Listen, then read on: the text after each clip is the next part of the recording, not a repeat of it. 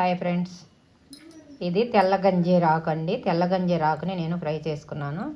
చాలా టేస్టీగా ఉంటుందండి, చాలా బాగుంటుంది. ఇలా పెసరపప్పు వేసి ఒక్కసారి కనుక మీరు చేసుకుంటే చాలా హెల్దీ ఫుడ్ అండి. చాలా హెల్దీ ఫుడ్, చాలా బాగుంటుందండి. ఈ విధంగా తెల్ల గంజీర ఆకుని ఎలా చేసుకోవాలో ఒకసారి చూసేద్దామా. హాయ్ ఫ్రెండ్స్, అందరికీ నమస్తే. ఈరోజు తెల్ల గంజీర ఆకు అని ఉంటుంది. అది ఫ్రై చేసుకోవచ్చు, పప్పులో పెట్టుకోవచ్చు. చాలా మంచి హెల్దీ ఫుడ్ అండి ఇది.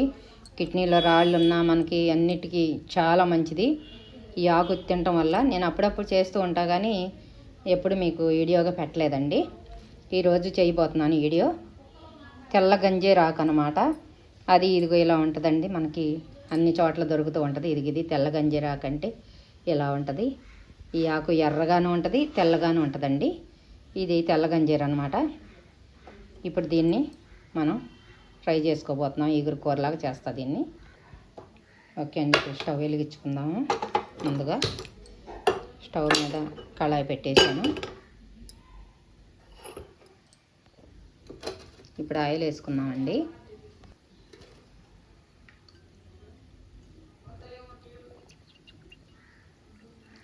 ఓకే,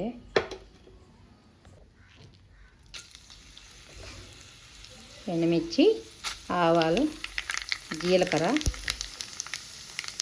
ఇప్పుడు చిన్నుల్లిపాయ రెబ్బలు, కరివేపాకు,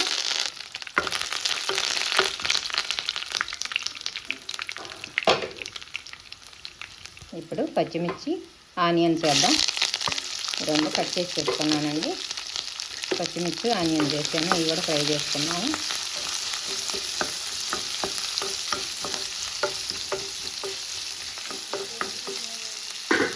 ఇప్పుడు మొత్తంగా దీంట్లో వేసేస్తున్నాను నేను. ఆకుకూర అంతా వేసేసాను. తాలింపులో కాపా వేసేసింది పక్కన. అది తాలింపు వేగంగానే ఇప్పుడు ఈ కూర అంతా వేసేసుకోవాలండి దీంట్లో. ఇలాగా నేనేమీ వేయలేదు ఇక. సారీ,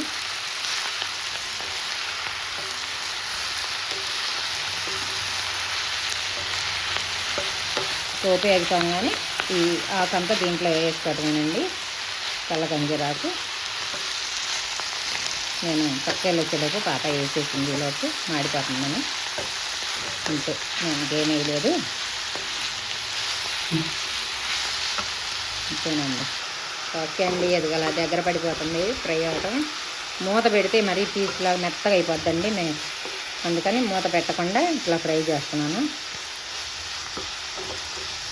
మూత పెడితే చెమట అంతా పడిపోయి దాంట్లో వాటర్ పడిపోయి మెత్తగా వచ్చింది. అలా అవ్వకూడదు, అందుకని ఇలా ఫ్రై చేస్తున్నాను. ఓకేనండి, ఆ విధంగా ఉడికిన తర్వాత ఇప్పుడు నానబెట్టుకున్న పెసరపప్పు వేసుకుందాం కొన్ని. ఇప్పుడు అవి కూడా కొంచెం కలపెట్టేసి ఉంచుదాము. ఈ ఆకు అన్నీ మగ్గేతలకి అది కూడా ఉడికిపోతుందండి. పెసరపప్పు కూడా ముందే వేసుకుంటే మరీ ఎక్కువగా ఉడికింది. నానబెట్టున్నాయి బాగా మంచిగా, అందుకని ఇప్పుడు వేసాను నేను. ఓకేనండి, కొంచెం రాళ్ళు ఉప్పు వేస్తున్నాను నేను. ఆ నీరు ఉంది కదా, మగ్గిపోతుంది అది కూడా. ఓకే, పసుపు వేస్తున్నానండి ఇప్పుడు.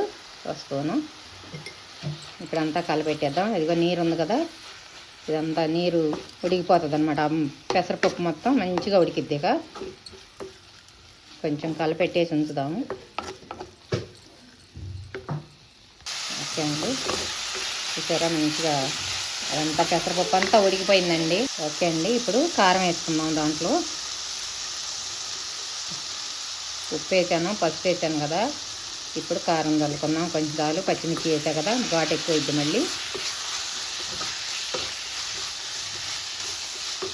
కొంచెం చిమ్ములో పెట్టి మళ్ళీ మగ్గనిద్దామండి కొంచెంసేపు. అంత ఆకుకూర కూడా చూడండి కొంచెం అయ్యింది. ఓకేనండి, ఇప్పుడు కొంచెం జీలకర్ర పొడి వేసుకుందాము.